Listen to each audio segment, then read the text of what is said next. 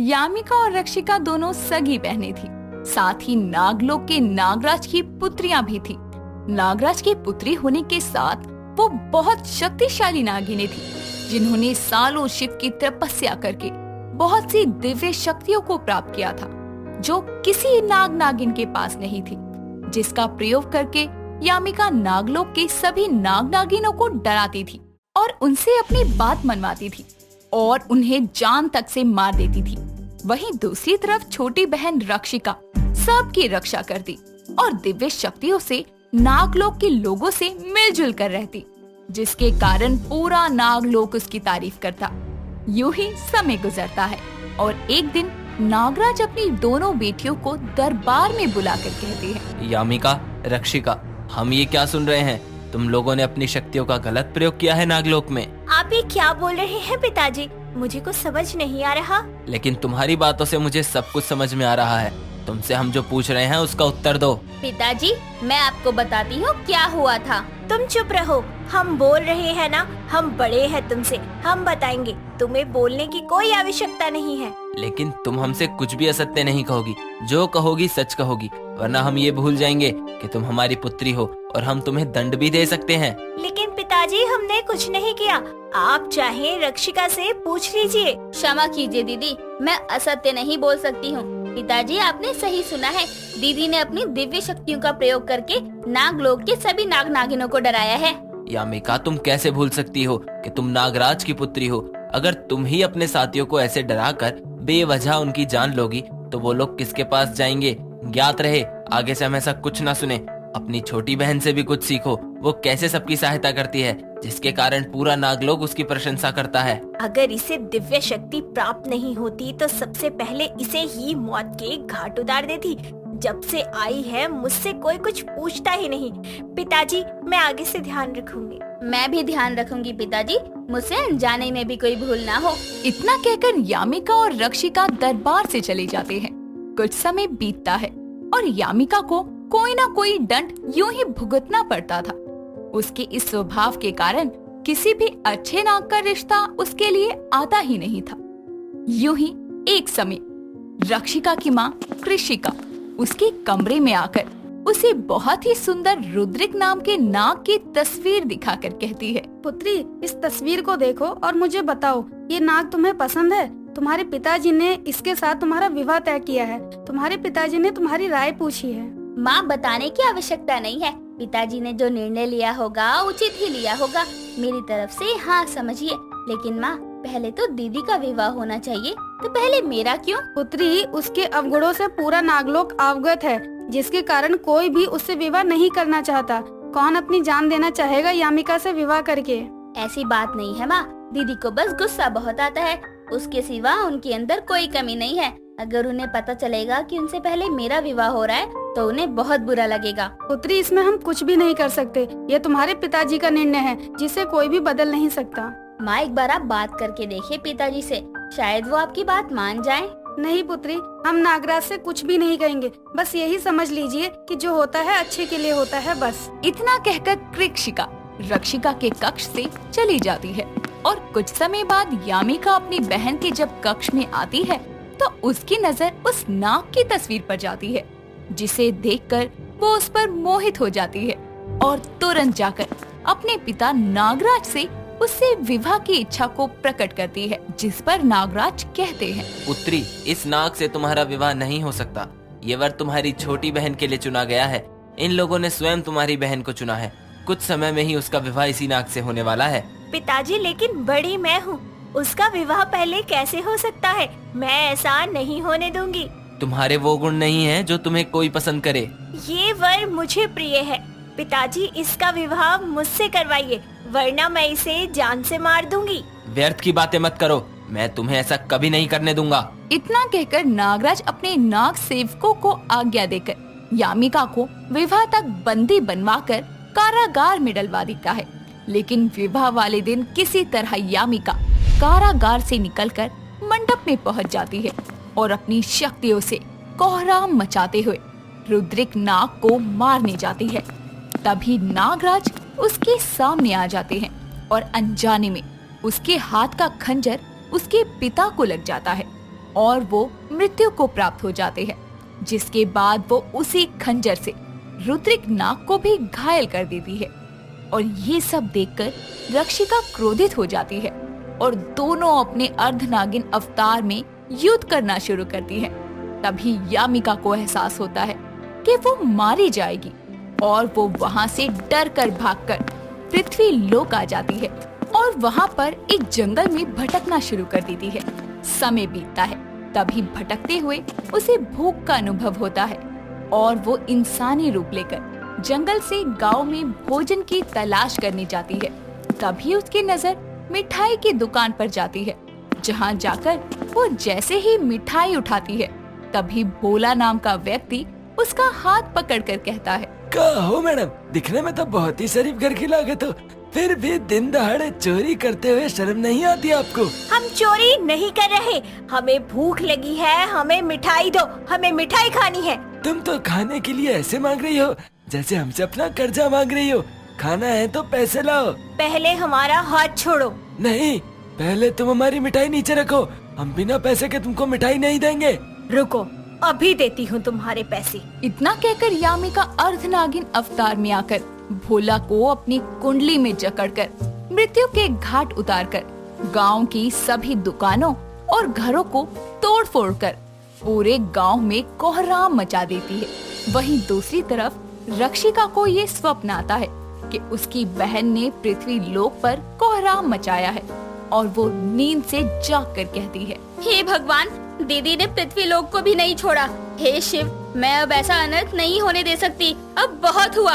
रक्षिका इंसानी रूप लेकर धरती लोक का भ्रमण करना शुरू करती है। भ्रमण करते हुए रक्षिका की नजर एक गांव पर पड़ती है, जहां वो यामिका को किसी गांव वाले को मारते हुए देखती है, जिसके बाद वो उसके सामने आकर कहती है, आप नहीं सुधरे, नागलोक को शमशान बनाकर आप इस गांव को भी शमशान बनाने आई हो। चुपचाप चली जाओ यहाँ से अपने नागलोक, ये मेरा राज है। अगर इन लोगों ने मेरी बात नहीं मानी तो मैं इस गांव के एक एक आदमी को मार डालूंगी। बहुत शौक है ना आपको सबको मारने का, परेशान करने का। मैं आज इस जड़ को ही खत्म कर दूंगी। जब तक आप जीवित रहेंगी सबको दुखी ही करती रहोगी। आज मैं आपकी मौत से इन गांव वालों को आपकी कोहराम से मुक्त करूंगी। इतना कहकर दोनों अपने फनों को फैलाकर नागिन अवतार में आकर एक दूसरे पर प्रहार शुरू करती हैं। गांव के सभी लोग नागिनों का ऐसा घमासान युद्ध देखकर बहुत डर जाते हैं। तभी रक्षिका बहुत ही शक्तिशाली वार यामिका पर करती है, जिससे घायल होकर वो अधमरी अवस्था में जमीन पर गिर जाती है। जिसके बाद वो यक्षिका से कहती है, तुमने इतना शक्तिशाली प्रहार कैसे किया मुझ पर? हम दोनों की शक्तियाँ तो समान है ना? नहीं दीदी, मेरे पास दिव्य शक्तियों के साथ साथ मणि की शक्तियाँ भी हैं और ये प्रहार उसी का था। अब बहुत हुआ, नागिन का कोहराम। अब आपकी मृत्यु के साथ नागिन का कोहराम भी समाप्त होगा। मौली सर पर मिठाई से भरी टोकरी लिए जंगल के रास्ते से गांव में आती है और मीठी सी आवाज में बोलती है, मिठाई ले लो मिठाई, ताजी ताजी खोए की बर्फी, मलाई पेड़ा, काजू बादाम वाली बर्फी। आओ आओ, मौली की मिठाई खाओ, जीवन में मिठास बढ़ाओ। मौली की आवाज सुनकर हरिया नाम का एक आदमी अपने घर से बाहर आकर कहता है, अरे ओ मिठाई वाली, यहाँ। जी बाबूजी आई। 1 किलो मलाई पेड़ा दे दे। कितने का है? 100 रुपए किलो है बाबूजी। ठीक है, चल दे दे। मौली जल्दी से 1 किलो मलाई पेड़ा तोलकर हरिया को दे देती है और वहाँ से चली जाती है। हरिया मिठाई लेकर अपने घर के अंदर जाता है। तभी उसकी बीवी सोनम कहती है, जी ये क्या ले आए आप? अरे अभी अभी वो मिठाई वाली आई थी ना, उससे ही मिठाई लेकर आया हूँ। कौन मिठाई वाली? मैंने तो किसी की आवाज नहीं सुनी। अरे अभी तो थी। खैर छोड़ो, खाना लगा दो, फिर खाने के बाद मिठाई का मजा लेंगे। हरिया की बात सुनकर सोनम जल्दी से खाना लगा देती है। खाना खाने के बाद हरिया जल्दी से मौली से खरीदी हुई मिठाई खाता है और कहता है, मिठाई तो बड़े ही कमाल की है। सोनम तुम भी लो। नहीं नहीं, मुझे नहीं खानी, आप ही खाओ। जैसी तुम्हारी मर्जी। इतना कहकर हरिया सारी मिठाई खा जाता है। रात होती है, दोनों पति पत्नी आराम से सो रहे होते हैं। तभी हरिया एकदम से उठता है और खुद से बोलता है, ये क्या हो रहा है? मुझे फिर से मिठाई खाने की इतनी तलब क्यों लग रही है? मुझे मिठाई चाहिए, मिठाई। तभी हरिया की नजर जमीन पर जाती है जहाँ बर्फी का एक पीस रखा हुआ था। हरिया जल्दी से पलंग से नीचे उतरकर वो बर्फी का पीस उठाकर खा लेता है। तभी उसे थोड़ा आगे एक और मिठाई का पीस दिखता है। ऐसे ही मिठाई खाते खाते वो जंगल में पहुंच जाता है। तभी वहाँ मौली कहती है, हरिया, आखिर तुम आ ही गए। तुम तो वही मिठाई वाली हो ना? तुम्हारी मिठाई की लत लग गई एक बार में ही, इसीलिए मुझे मिठाई दो और मिठाई दो। मिठाई तो नहीं, लेकिन अब मिठाई खाई है तो मौत मिलेगी, वो भी बड़ी शानदार। क्या मौत? हाँ, क्योंकि मैं कोई आम मिठाई वाली नहीं, बल्कि ये एक मिठाई वाली चुड़ैल हूँ। जानता है जो मिठाई तूने खाई है वो किससे बनी थी? तेरे जैसे एक आदमी के मांस से बनी थी। अब तू भी मरेगा और मैं तेरे मांस की भी मिठाई बना दूंगी। नहीं नहीं, मुझे मत मारो, मैंने कुछ नहीं किया, मुझे जाने दो। जो इंसान मेरी मिठाई खाता है फिर उसे मेरा शिकार बनना पड़ता है और मैं उसकी मिठाई बनाती हूँ। आज तेरी बारी है। इतना कहते ही वो चुड़ैल अपने लंबे पैने नाखूनों से हरिया पर वार करती है और उसे मारकर उसका सारा खून पी जाती है। साथ ही उसके मांस से तरह तरह की मिठाई बना देती है। वक्त बीतता जाता है। मौली रोज गांव में जाकर मिठाई बेचती और किसी न किसी को अपना शिकार बना लेती। ऐसे ही धीरे धीरे गांव के आदमियों की संख्या कम होती जाती है, जिस पर गांव का सरपंच एक बैठक रखता है और सभी गांव वालों को बुलाकर बोलता है, देखिए जी, ये बहुत ही चिंता का विषय है कि हमारे गांव के मर्द ऐसे गायब होते जा रहे हैं, किसी का कुछ नहीं पता चल रहा। सरपंच जी, ये सब वो मिठाई वाली चुड़ैल ही कर रही है। अरे जितने भी लोग गायब हुए हैं सबने वही मिठाई खाई है और फिर उनका कुछ पता भी नहीं चला। सोनम सही कह रही है, वो मिठाई वाली ही गांव के लोगों को खा रही है। हम सबकी जान पर मिठाई वाली चुड़ैल का खतरा मंडरा रहा है। इस मिठाई वाली को भी कभी किसी ने नहीं देखा है, कौन है, कब आती है। आज के बाद कोई भी उस मिठाई वाली से मिठाई नहीं लेगा, चाहे कितना भी मन क्यों न करे। हाँ हाँ, हम नहीं लेंगे मिठाई। इतना कहकर सभी लोग अपने अपने घर चले जाते हैं। ऐसे ही मौली फिर से अपनी शैतानी मिठाई लेकर गांव में आती है और प्यारी सी आवाज में कहती है, मिठाई ले लो मिठाई, ताजी ताजी खोए की बर्फी, मलाई पेड़ा, काजू बादाम वाली बर्फी। आओ आओ, मौली की मिठाई खाओ, जीवन में मिठास बढ़ाओ। मौली काफी देर तक ऐसे ही आवाज लगाती है, पर कोई भी मिठाई लेने घर से बाहर नहीं आता। ये देखकर वो अपने मन में सोचती है, ये क्या हो रहा है? कोई भी बाहर क्यों नहीं आ रहा? कहीं इन गाँव वालों को मुझ पर शक तो नहीं हो गया? लगता है अपना शिकार फंसाने के लिए कोई नई तरकीब लगानी होगी। इतना सोचकर मौली वहाँ से गायब हो जाती है और कुछ दिनों में गांव में एक नंदू नाम का हलवाई रहने आता है। गांव में अपनी दुकान खोल लेता है। सभी गांव वाले उससे मिठाई और अन्य खाने पीने का सामान लेने लगते हैं। एक रात गांव के सरपंच जी अपने घर लौट रहे होते हैं और उनको काफी भूख लग रही थी। तभी उसकी नजर नंदू मिठाई की दुकान पर जाती है और वो वहाँ जाकर बोलता है, अरे नंदू हलवाई, दुकान में कुछ खाने को है क्या? हाँ हाँ सरपंच जी, मिठाई है। लाओ भाई, दे दे, बड़ी तेज भूख लगी है, मिठाई ही खा लेता हूँ, नहीं तो घर तक नहीं जा पाऊंगा। अभी देता हूँ सरपंच जी, ये लीजिए सरपंच जी, खाइए मिठाई। वाह, क्या मिठाई है, मजा आ गया। इसमें कुछ, ये क्या है? इसमें तो किसी की कटी हुई उंगली का टुकड़ा है। ये क्या है? ये कहाँ से आया इसमें? अब ये तो नहीं पता किसका है, क्योंकि जिसका भी है उसी की उंगलियों से ये मिठाई बनी है। क्या मांस की मिठाई? थू, ये क्या बकवास कर रहे हो तुम? और कौन हो तुम? मैं अभी गांव वालों को तुम्हारे बारे में बताता हूँ। मेरे बारे में बताने के लिए जिंदा बचेगा तो बताएगा ना सरपंच। मैं हूँ मिठाई वाली चुड़ैल, जो लोगों को मार कर उनके मांस में मेवा मिलाकर मिठाई बनाती हूँ।